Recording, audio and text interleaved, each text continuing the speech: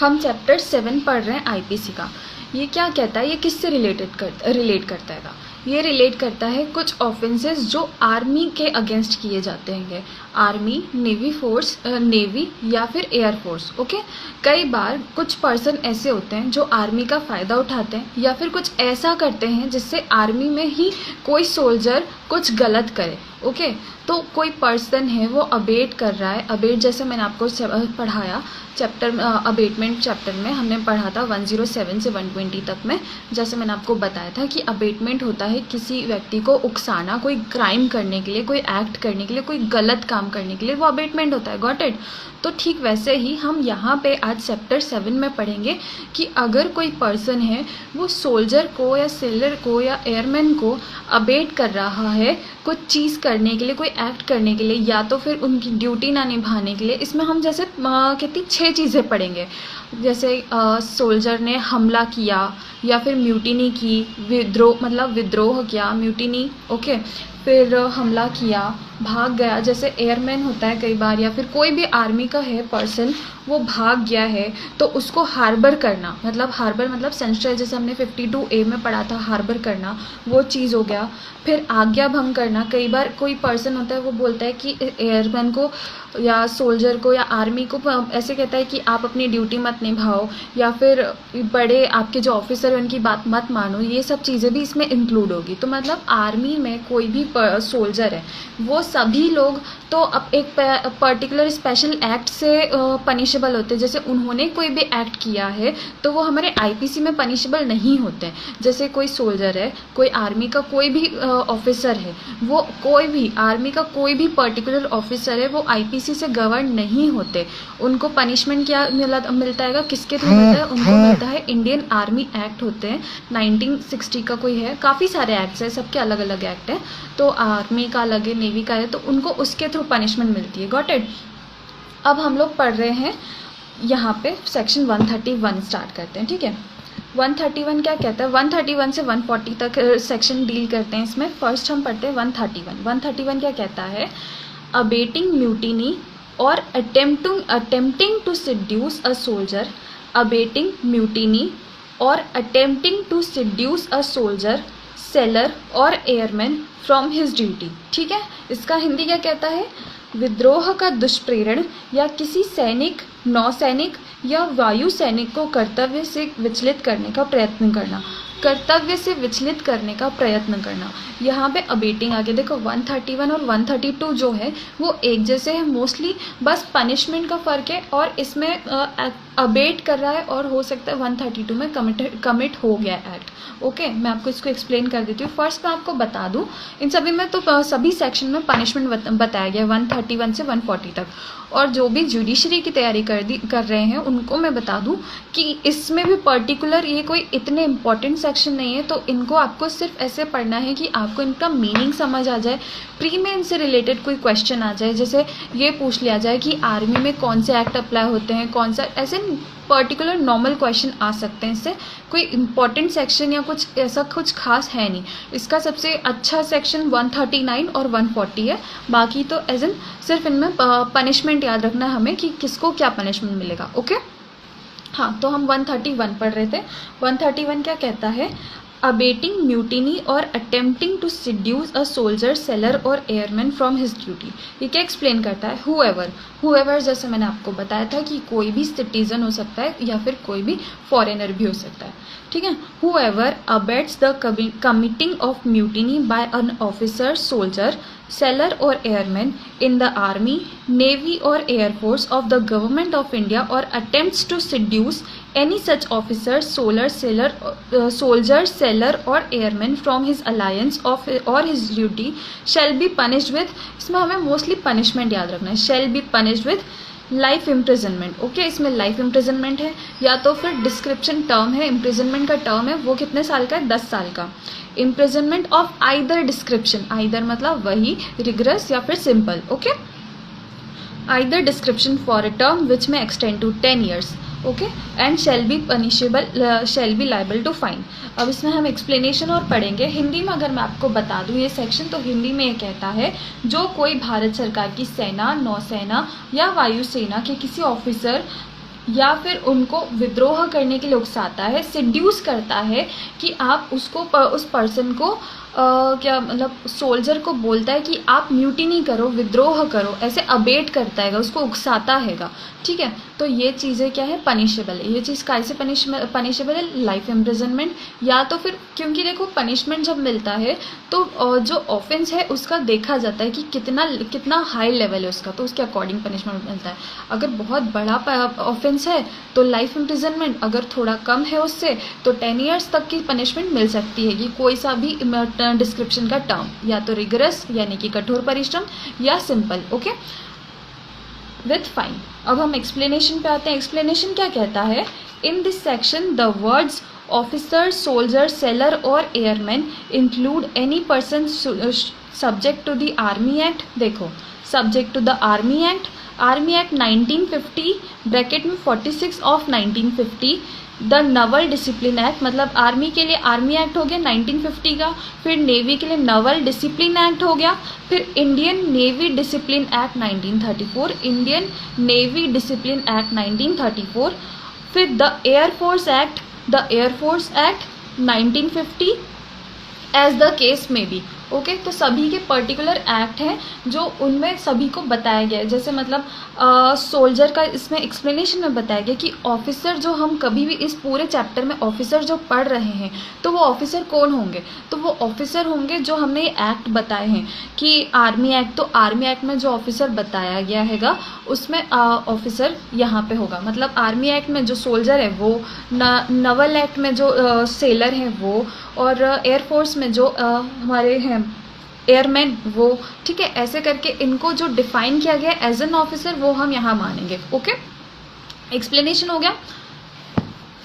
देखो अब 131 और 132 का पहले मैं आपको डिफरेंस बता देती हूँ क्या है, क्योंकि बाकी तो ये सेम है, सिर्फ थोड़ा बहुत डिफरेंस है जो मैं आपको बताती हूँ। 131 डील करता है liability of x person, liability of X person who abate mutiny, but the mutiny does not actually result in an attempt to seduce defence personnel, attempt to seduce defence personnel, ठीक है। 131 ये हो गया। अब 132 क्या कहता है, 132 कहता है इम्पोजेस पनिशमेंट, ये पनिशमेंट बताता है, imposes punishment on a person who abets mutiny and it does result in pursuance of the abetment, okay. मतलब 132 और 131 जो है एक जैसे ही हैं, बस इनमें पनिशमेंट का डिफरेंस है। उसमें वो ट्राई कर रहा है पर रिजल्ट नहीं निकलेगा, और 132 में वो एक्ट हो गया है, ओके। 131 में सिर्फ अबेट करने का ट्राई कर रहा है, और 132 उसी का आगे का है। अब हम 132 पे आते हैं। 132 क्या कहता है आईपीसी का, ये हम पढ़ लेते हैं। Abetment of mutiny if mutiny is committed in consequence thereof, मतलब यहाँ पे म्यूटिनी हो गई। हम 131 में क्या पढ़े थे, सिर्फ पर्सन जो है वो अबेट कर रहा है, वहाँ पे एक्ट हुआ नहीं है। 132 में एक्ट हो गया है। इन कॉन्सिक्वेंस देयर ऑफ, उसके परिणाम क्या होंगे, गॉट इट। इसका हिंदी क्या है 132 का, विद्रोह का दुष्प्रेरण यदि उसके परिणाम स्वरूप विद्रोह किया जाए, विद्रोह का दुष्प्रेरण यदि उसके परिणाम स्वरूप विद्रोह किया जाए। अब इसमें हमारी एक लाइन इंपॉर्टेंट है, वो एक लाइन मैं आपको बता देती हूँ तो आपको सेक्शन समझ आ जाएगा। Mutiny be committed in consequence of that abetment, वो जो अबेटमेंट हुआ है उसके परिणाम स्वरूप म्यूटिनी हो गई है, ठीक है। अबेटमेंट किया 131 में, उसके परिणाम स्वरूप म्यूटिनी हो गई है, तो वो चीज़ पनिशेबल होगी, और वो चीज़ क्या पनिशेबल होगी वो 132 में बताया जाएगा। इसको हम पढ़ लेते हैं। whoever abates the committing of mutiny by an officer, soldier, sailor or airman in the army, navy or air force of the government of India shall, if mutiny be committed in consequence of that abatement, be punished with death। यहाँ पे punishment क्या है, death या फिर LI या फिर imprisonment 10 years तक की विथ फाइन, ओके। मतलब इसमें ऑब्वियसली क्राइम बड़ा हो गया क्योंकि म्यूटिनी कमिट हो चुकी है, तो जो अबेटमेंट कर रहा है म्यूटिनी का उसका पनिशमेंट क्या होगा, या तो डेथ सेंटेंस या LI या तो फिर 10 साल तक की सज़ा विथ फाइन, ओके। यहाँ पे हो गया। बस इतना डिफरेंस है 131 में और 132 में कि 131 में सिर्फ वो अबेटमेंट कर रहा है, एक्ट नहीं हुआ है, और 132 में एक्ट हो चुका है, म्यूटिनी कमिट हो चुकी है। Got it. अब हम आते हैं 133 पे। 133 क्या बोलता है? 133 कहता है abetment of assault by soldier, sailor और airman on his superior officer when in execution of his office. फिर से पढ़ देती हूँ एक बार मैं। Abetment of assault, assault means हमला। अगर कोई हमले के लिए अबेट कर रहा है एक सोल्जर को, सेलर को या फिर एयरमैन को on his superior officer, on his superior officer मतलब सुपीरियर ऑफिसर के ऊपर आप हमला कर दो, कोई पर्सन ऐसा अबेट कर रहा है when in execution of his office, when in execution of his office, जबकि वो ड्यूटी में है, जो सुपीरियर अथॉरिटी है, जो सुपीरियर ऑफिसर है, वो अपनी ड्यूटी कर रहे हैं, उस टाइम पे कोई पर्सन आता है और एक सोल्जर को अबेट कर देता है कि तुम्हें तुम्हारे सुपीरियर ऑफिसर के ऊपर हमला कर देना चाहिए अगर वो तुम्हारी कोई बात नहीं मान रहे, या तुम्हारा उनसे कुछ रंजिश चल रही है, या फिर कोई और चीज़ें हो सकता है, तुम्हारा वो उनका हमला कर दो, उनकी डेथ हो जाए तो फिर तुम्हारे को उनकी पोजीशन मिल जाए, ऐसा कुछ भी रीज़न देकर अगर वो हमला करने के लिए उकसा दे उस पर्सन को, तो उसकी पनिशमेंट क्या होगी, वो चीज़ क्या होगी। अगर पर पहला हम 133 जो पढ़ रहे हैं ना, 133 बताता है अगर एक्ट कमिट ना हुआ हो तो, सिर्फ वो अबेट कर रहा है पर ऑफिसर जो है उसने हमला नहीं किया है, उसने अब सिर्फ बात सुन ली है पर उसने हमला नहीं किया है, उसने एक्ट नहीं किया है। 133 ये बोलता है। 134 इसी का आगे का है, वो बताएगा अगर हमला कमिट कर दिया, अगर जो आर्मी पर्सन है, जो सोल्जर है, सेलर है, उसने अपने सुपीरियर अथॉरिटी पर हमला कर दिया है तो वो 134 बताता है। ठीक है, फिलहाल हम 133 पढ़ लेते हैं। 133 क्या कहता है? Abetment of assault by soldier, sailor और airman on his superior officer when in execution of his office. अब इसका हिंदी क्या है वो मैं आपको एक्सप्लेन करती हूँ। सैनिक, नौसैनिक या वायु सैनिक द्वारा अपने वरिष्ठ ऑफिसर पर, वरिष्ठ है ना सुपीरियर अथॉरिटी पर, जबकि वह ऑफिसर अपने पद निष्पादन में हो, हमले का दुष्प्रेरण। पूरा जो है ये अबेटमेंट से कई बार डील करेगा, इसमें काफ़ी सारे सेक्शन अबेटमेंट से डील करेंगे, जैसे हमने अबेटमेंट पढ़ा था लास्ट सेक्शन में। ओके, लास्ट 107 से 120 तक में। हाँ, तो ये हम पढ़ते हैं Whoever abets an assault by an officer, soldier, sailor or airman in the army, navy or air force of the government of India or any superior officer being in the execution of his office shall be punished with imprisonment of either description for a term which may extend to 3 years। मतलब 3 साल तक की सज़ा मिलेगी। क्योंकि 3 साल की सिर्फ इसीलिए मिल रही है क्योंकि एक्ट कमिट नहीं हुआ है, एक्ट हुआ नहीं, उसने सिर्फ अबेटमेंट किया पर ऑफिसर ने उसकी बात नहीं मानी। ऑफिसर ने उल्टा जाके बता दिया कि ये मुझे अबेट कर रहा है इस सिचुएशन को करने के लिए, असॉल्ट करने के लिए, तो वो पनिशेबल होगा। जिसने अबेट किया हमले के लिए, असॉल्ट के लिए, उसको 3 साल तक की सज़ा मिलेगी। 3 साल तक की सज़ा विथ फाइन। ओके, देखो, when a person abates a military officer, soldier, sailorman commit an assault on his superior officer being in the execution of his office, but the assault is not actually committed, but the assault is not actually committed as a result of abatement, तो और ये offence क्या है? Cognizable है, non bailable है, non compoundable है, tribal by court of session है, और JMFC, JMFC मतलब, और हाँ, मेट्रोपॉलिटन मजिस्ट्रेट और magistrate of the first class, magistrate of the first class. ठीक है, ये चीज़ हो गई। अब हम 134 पे हैं, क्योंकि 133 में बता दिया 3 साल तक की सज़ा है और विथ फाइन, सिर्फ इसीलिए क्योंकि वहाँ पे असॉल्ट जो है वो कमिट नहीं हुआ है। ओके, अब हम 134 पे आते हैं। 132 सिंपल है, इसकी सज़ा होगी 7 साल तक की क्योंकि यहाँ पे असॉल्ट हो चुका है। ओके, मैं आपको एक्सप्लेन कर देती हूँ ये क्या बोलता है 134। Abetment of such assault, abatement of such assault if the assault is committed, if the assault is committed, abatement of such assault if the assault is committed। Okay, इसका हिंदी क्या बोलता है 134 का? ऐसे हमले का दुष्प्रेरण यदि हमला किया जाए, ऐसे हमले का दुष्प्रेरण यदि हमला किया जाए। अब यह एक्सप्लेन क्या कर रहा है, whoever abates an assault by an officer, soldier, sailor or airman in the army, navy or air force on the government of India or any superior officer being in the execution of his office shall, if such assault be committed in consequence of that abatement। उस abatement का परिणाम ये निकला, उस abatement का परिणाम ये निकला कि वो व्यक्ति जो ऑफिसर थे, सोल्जर थे, सेलर या एयरमैन, उनमें से कोई भी हो सकता है, कोई भी, उन्होंने हमला कर दिया, ओके, उन्होंने असॉल्ट कर दिया, तो जो पर्सन है जिसने अबेट किया उसको पनिशमेंट मिलेगी 7 साल तक की विथ फाइन, ओके। बस इतना से ये 134।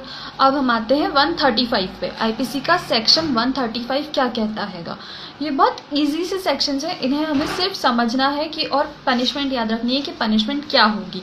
जैसे 132 में म्यूटिनी की पनिशमेंट बताई थी कि म्यूटिनी कमिट हो गई तो उसका पनिशमेंट क्या होगा, ठीक वैसे ही 134 में असॉल्ट की पनिशमेंट बताई कि असॉल्ट अगर कमिट हो गया तो उसका पनिशमेंट क्या होगा, ओके। अब हम आते हैं 135 पे। ये किससे डील करता है, डिजर्शन से। डिजर्शन मतलब अगर कोई सोल्जर है जो अपनी ड्यूटी से भाग गए हैं, तो इसमें पहले एक्सप्लेन किया गया है कि डिजर्शन भागना मीन्स कहाँ डिफाइन किया गया है, डिजर्शन पर्टिकुलरली कहाँ डिफाइन है और डिजर्शन क्या होता है एक्चुअल में, ओके। तो हम पढ़ते हैं 135 आईपीसी का। ये कहता है abetment of desertion, abetment of desertion of soldier, sailor और एयरमैन, ऑफ सोल्जर, सेलर और एयरमैन। हिंदी क्या है इसकी, सैनिक, नौसैनिक या वायु सैनिक द्वारा अभित्यजन का दुष्प्रेरण, अभित्यजन का दुष्प्रेरण, अभित्यजन का दुष्प्रेरण। अब मैं इसको पढ़ देती हूँ, एक्सप्लेन कर देती हूँ। Whoever abates the desertion of any officer, abates, यहाँ पे भी abates आ गया, abates the desertion of any officer, soldier, sailor or airman in the army, navy or air force or the government of India shall be punished with imprisonment of either description for a term which may extend to 2 years with fine with both। मतलब कि अगर कोई person है वो एक soldier को भड़काता है कि तुम तो यहाँ से भाग जाओ, तुम ड्यूटी मत करो, तुम आर्मी से तो बेटर है अपने घर पे जाके किसानी वगैरह कर लो, कोई अच्छा काम कर लो, यहाँ पे तुम्हारी मौत, तुम्हारी डेथ हो सकती है, कि खतरा है, जान का है, मतलब कुछ भी ऐसे करके उकसाता है कि वो अपनी जॉब छोड़ दे, वहाँ से भाग जाए, तो वो पनिशमेंट होती है, वहाँ पे अबेट करने वाले को पनिशमेंट मिलेगी ऑब्वियसली, क्योंकि किसी सोल्जर को भड़काना तो वैसे ही किसी भी चीज़ के लिए भड़काना पनिशेबल है, पर यहाँ तो आप ड्यूटी छोड़ने के लिए बोल रहे हो कि आप गवर्नमेंट ऑफ इंडिया को सर्व ना करो, उनकी देखभाल ना करो, मतलब ऑब्वियसली सोल्जर की बहुत बड़ी रिस्पॉन्सिबिलिटी होती है और आप उस रिस्पॉन्सिबिलिटी को रोकने के लिए कह रहे हो, तो ये तो बहुत बड़ा क्राइम है। पर यहाँ पर सिर्फ अबेट करा है, वो चीज़ हुआ नहीं है, ठीक है। तो उसकी पनिशमेंट क्या है, 2 साल तक की सज़ा, कोई भी डिस्क्रिप्शन की सज़ा मिल सकती है, रिग्रेस या फिर सिंपल, ओके, और उसके साथ फाइन। अब यहाँ पे ये एक्सप्लेन करता है डिजर्शन कहाँ है, डिजर्शन बता देती हूँ। डिजर्शन मीनिंग होता है, desertion implies absenting from duty, मतलब अपनी ड्यूटी से एब्सेंट रहना, okay, absenting from duty with no intention to return from to the job और rejoin the duties. Desertion means पहले तो जॉब से छुट्टी ले लेना, जॉब से एब्सेंट रहना, ओके, और उसके बाद इस इंटेंशन के साथ एब्सेंट रहना कि मैं वापस इस जॉब को ज्वाइन नहीं करूँगा, मैं वापस यहाँ पे नहीं आऊँगा, मैं वापस इसको ज्वाइन नहीं करूँगा, तो ये चीज़ कहलाती है डिजर्शन, ठीक है।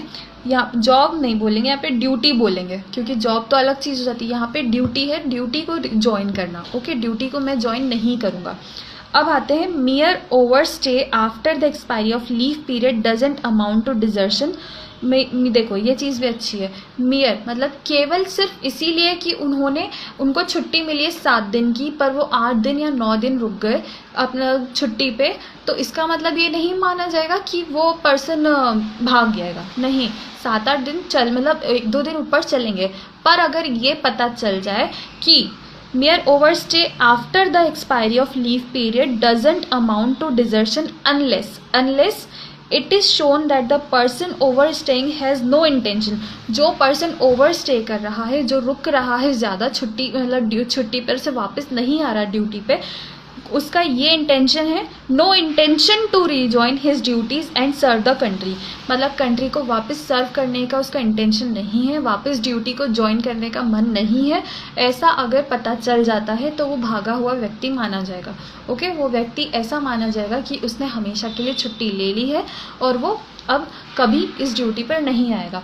तो यहाँ पे सोल्जर, आपको मैं बता दूं कि सोल्जर जो है या तो रिटायर हो सकता है, पर अगर उन्होंने बिना किसी कोई ठोस कारण के आर्मी छोड़ी है तो फिर, वरना वो हमेशा रिटायर माने जाते हैं। अगर उन्होंने कोई ठोस कारण से जॉब ड्यूटी छोड़ दी है तो वो भागे हुए माने जाएंगे, डिजर्टेड पर्सन माने जाएंगे। Got it? क्योंकि उनके पास काफ़ी इन्फॉर्मेशन हो सकती है, वो इन्फॉर्मेशन लीक कर सकते हैं, तो इसलिए उस चीज़ का एक अलग ही ऑफेंस माना जाता है। अगर कोई पर्सन अपने क्षेत्राधिकार से, कोई आर्मी मैन अपने क्षेत्राधिकार को छोड़ के चले जाता है तो वो एज एन डिजर्टर ही माना जाता है। Got it? क्योंकि उनके पास काफ़ी इन्फॉर्मेशन होती है। अब हम आते हैं हार्बरिंग डेजर्टर। हार्बरिंग डेजर्टर, पहले मैं आपको बता दूं, हार्बर हमने पढ़ा था 52A में आईपीसी के, हमने डेफिनेशन पढ़ी थी कि हार्बर क्या होता है। हार्बर मीन्स होता है संशय देना। अगर कोई पर्सन है वो किसी भी ऑफेंडर को बचाना चाहता है तो उसको अपने घर में संशय देता है या फिर कहता है तुम वहाँ पे जाके रुक जाओ, कोई तुम्हारा कुछ नहीं बिगाड़ पाएगा, तो ये चीज़ होती है संशय करना, बचाना, सेव करके रखना उसको, ना कि अथॉरिटीज़ को सौंपना, बल्कि उसको बचाना कि आप यहीं रहो, कहीं और मत जाओ, तो ये चीज़ कहलाती है हार्बरिंग करना। ओके, अब इसको मैं एक्सप्लेन कर देती हूँ। आईपीसी का सेक्शन 136 क्या कहता है? हार्बरिंग डेजर्टर, हिंदी क्या है इसकी?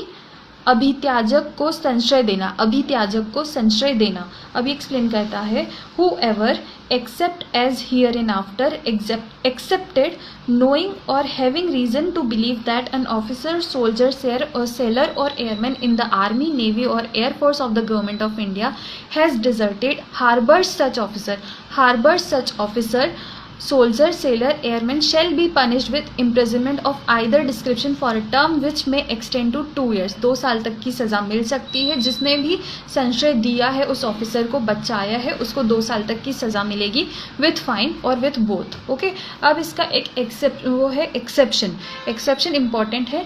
ये कहता है exception, this provision does not extend to the case in which the harbour is given by a wife to her husband. देखो, आईपीसी क्या है, बहुत पहले की बनी हुई, और उस टाइम पे सिर्फ जो सोल्जर्स होते थे वो सिर्फ जेंट्स होते थे, लेडीज़ आर्मी में नहीं होती थी। मतलब वुमेन जो थी उसको राइट नहीं था कि वो आर्मी में जाए, आर्मी से, या फिर वो सोल्जर हो या सेलर हो या एयरमैन हो, या मतलब वो वुमेन को राइट नहीं था। पर अब तो वुमेन भी होती है, अब तो आर्मी में भी वुमेन का एक अलग ही रुतबा होता है।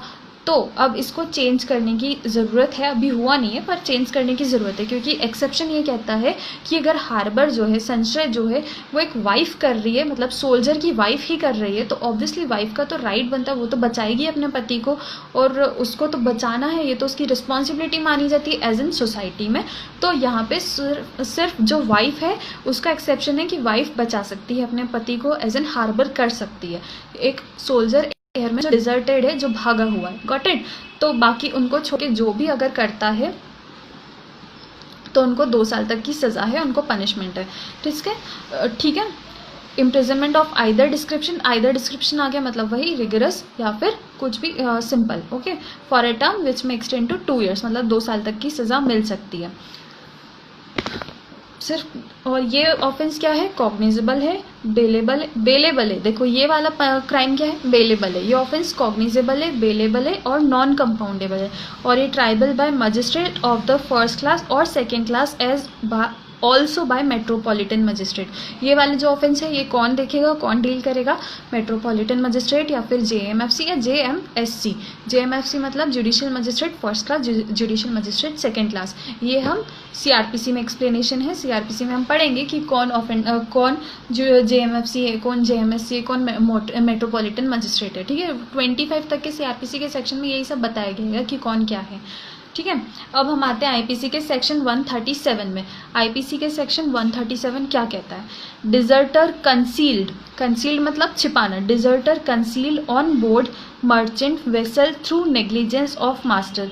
क्या होता है? कई बार यहाँ पे हम सेलर का डिफरेंस ले सकते हैं। कई बार हो सकता है मर्चेंट मतलब जो व्यापार के लिए यूज़ होती है, हमारी शिप या फिर वेसल वगैरह, तो उसमें कोई डेजर्टर मतलब कि कोई सेलर है या कोई सोल्जर है वो छुप के आ रहा है उस नाव में, उस वेसल में, उस शिप में, और वो शिप क्या है, मर्चेंट की, पर वो मर्चेंट जानता नहीं है, उसके नेग्लिजेंट एक्ट के कारण उसको नॉलेज नहीं है कि यहाँ पे आर्मी मैन है या फिर कोई भी सोल्जर या सेलर जो है, ऑफिसर जो है, वो इसमें छिप के आ रहा है, यहाँ पे छिप के आ रहा है, और उस को नेग्लिजेंटली हो जाता है, वो छिपा के नेग्लिजेंटली हार्बर कर देता है, उसको नहीं पता कि यहाँ पे सेलर है। ओके, अब मैं आपको इसको एक्सप्लेन कर देती हूँ हिंदी में। उसका पनिशमेंट बताया गया है। पहले तो पनिशमेंट क्या होगा, फाइन लगेगा, कितना एक्सटेंड 500 तक का फाइन लगेगा, क्योंकि नेग्लिजेंटली एक्ट हुआ है, जान करके नहीं। ओके, अब इसका हिंदी क्या बोलता है,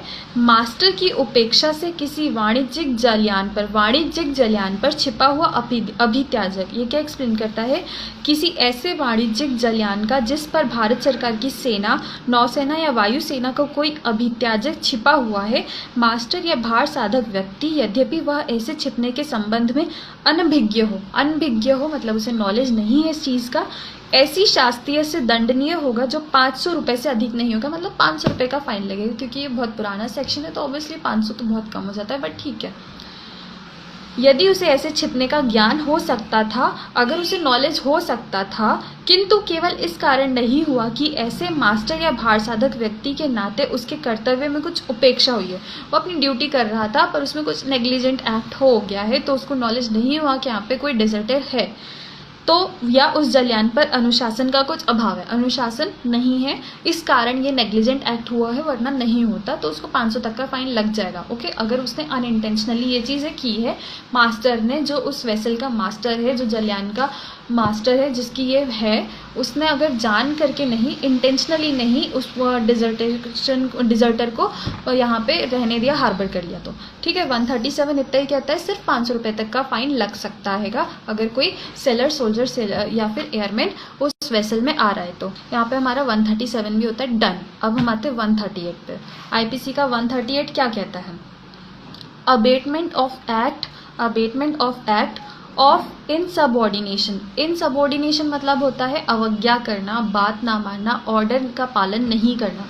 इनसबऑर्डिनेशन बाय सोल्जर, सेलर और एयरमैन। अभी क्या एक्सप्लेन करता है, पहले हिंदी बोलती हूँ। सैनिक, नौसैनिक या वायु सैनिक द्वारा अनधिनता के कार्य का दुष्प्रेरण, अनधिनता के कार्य का दुष्प्रेरण।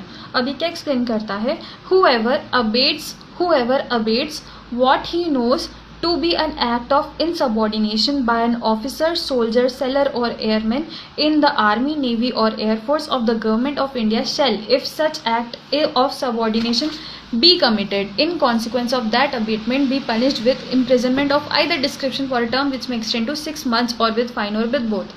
अगर किसी व्यक्ति ने बोला कि आपको तो आपके एयरमैन की, मतलब आपके जो ऑफिसर्स हैं उनकी बात नहीं मानना चाहिए, क्योंकि वो आपको ऐसे कुछ भी ऑर्डर देते रहते हैं, आपको उनकी बात नहीं करना चाहिए, माननी चाहिए, आपकी जो इच्छा वो करो, और वो सोल्जर ने उस बात को सुन के, उस अबेटमेंट को सुन के वो चीज़ मान ली, वो चीज़ कमिट कर दी, उन्होंने अपने ऑफिसर की बात, सीनियर ऑफिसर की बात नहीं मानी, उनके ऑर्डर्स का पालन नहीं किया, तो जिसने अबेटमेंट किया है वो किस चीज़ से पनिशेबल होगा, वो पनिशेबल होगा 6 मंथ्स तक की सज़ा के लिए, और वो होगी कोई भी सिंपल या रिग्रेस इम्प्रिजनमेंट हो सकती है, वो उससे विथ फाइन। ओके, उसका बस 6 मंथ तक की उसको सज़ा मिलेगी। यहाँ पे ये हो गया। इनसबऑर्डिनेशन जो वर्ड है वो डिफाइन किया गया है, insubordination as defined in the army act. Army act में इसकी पर्टिकुलर डेफिनेशन दी गई है, army act 1950 1950 and the air force act 1950 means, इसका इनसबऑर्डिनेशन की डेफिनेशन क्या दे रखी है, any wilful breach of discipline, any wilful breach of discipline by an officer, अपनी इच्छा से ब्रीच ऑफ डिसिप्लिन को तोड़ना by an officer, soldier, sailor और एयरमैन। ओके, तो ये चीज़ होती है इनसबऑर्डिनेशन। इसकी बस सज़ा है 6 महीने तक की, और विद फाइन। अगर कोई अबेट कर रहा है तो उस पर्सन को क्या मिलेगी। यहाँ पे किसी भी ऑफिसर की सज़ा नहीं बताई गई है, क्योंकि ऑफिसर पर्टिकुलरली उनके एक्ट से गवर्न होते हैं, जैसे सोल्जर, सेलर और एयरमैन, तो इसलिए यहाँ पे उनका पनिशमेंट नहीं बताया गया। यहाँ पे पनिशमेंट बताया गया नॉर्मल पर्सन जो अबेट करते हैं। Got it. अब हम आते हैं 139 पे। ये इंपॉर्टेंट सेक्शन है, क्योंकि जो मैंने अभी आपको एक्सप्लेन किया वही 139 कहता है। आईपीसी का 139 कहता है persons subject to certain acts, persons subject to certain acts। Hindi क्या है इसकी 139 की? कुछ अधिनियमों के अध्ययन व्यक्ति। इसमें अधिनियम बताए गए हैं, एक्ट बताए गए हैं, ओके। कुछ अधिनियमों के अध्ययन व्यक्ति। अब ये क्या एक्सप्लेन करता है? No person subject to the army act, the army act 1950 bracket में 46 ऑफ 1950 और the naval discipline act bracket में the Indian navy discipline act 1934, इसका ब्रैकेट में 34 of 1934, the air force act 1950 bracket में 45 of 1950 is subject to punishment under this code for any of the offence defined in this chapter. इस chapter में जितने भी offences बताए गए हैं उसमें कोई भी ऑफिसर डील नहीं करता, जो हमने अभी बताया नवल डिसिप्लिन एक्ट या आर्मी एक्ट, इनमें जो भी ऑफिसर्स हैं वो आईपीसी से गवर्न नहीं होते, वो इस कोड में गवर्न नहीं होते, उनके लिए पर्टिकुलर ये एक्ट बताए गए हैं। तो अगर कोई ऑफेंस ये ऑफिसर्स करते हैं, ये ऑफिसर अबेट कर रहे हैं, तो वो लोग इस चैप्टर में गवर्न नहीं होते, वो लोगों के लिए पर्टिकुलर एक्ट है, वो लोग उसी एक्ट से गवर्न होते हैं। और अगर मैं आपको बता देती हूँ आपकी नॉलेज के लिए कि ये जो हमारे आर्मी के पर्सन्स होते हैं उनका एक पर्टिकुलर कोर्ट होता हैगा, उनके लिए ये हमारे इंडियन जो नॉर्मल कोर्ट होते हैं, high court, session court, supreme court, वो नहीं होते। आर्मी के जितने भी ऑफिसर्स होते हैं उनके लिए एक पर्टिकुलर एक्ट, उनके लिए पर्टिकुलर कोर्ट बना होता हैगा। आप चाहें तो नेट पे सर्च करना, आपको पता चलेगा। उनके लिए अलग से अपील होती है, उनका अलग ही एक्ट वगैरह गवर्न होते हैं वो लोग, ओके। यहाँ पे हमारा 139 भी खत्म होता है। बस यही कहता है कि यहाँ पे चैप्टर 7 जो है वो आईपीसी का, वो आर्मी के ऑफिसर्स पे डील नहीं करता जब तक वो आर्मी में जॉब मतलब ड्यूटी कर रहे हैं, जब तक वो ड्यूटी में है तब तक वो उनके ऊपर आईपीसी डील नहीं करता। अब हम आते हैं इस चैप्टर के लास्ट सेक्शन पे 140 पे। आईपीसी का लास्ट चैप्टर 140 क्या बोलता है? ये बहुत अच्छा सा सेक्शन है। ये कहता है कि कोई भी person, normal person as an misrepresentation के लिए, इसमें वर्ड बोला नहीं गया है पर्टिकुलर मिस रिप्रेजेंटेशन, पर इसका मीनिंग ये होता है कि कोई भी पर्सन मिस रिप्रेजेंटेशन के लिए किसी आर्मी के पर्सन की या सोल्जर या एयरमैन या नेवी के फोर्स की उनकी क्या कहते हैं यूनिफॉर्म नहीं पहन सकता, उनका बैच धारण नहीं कर सकता।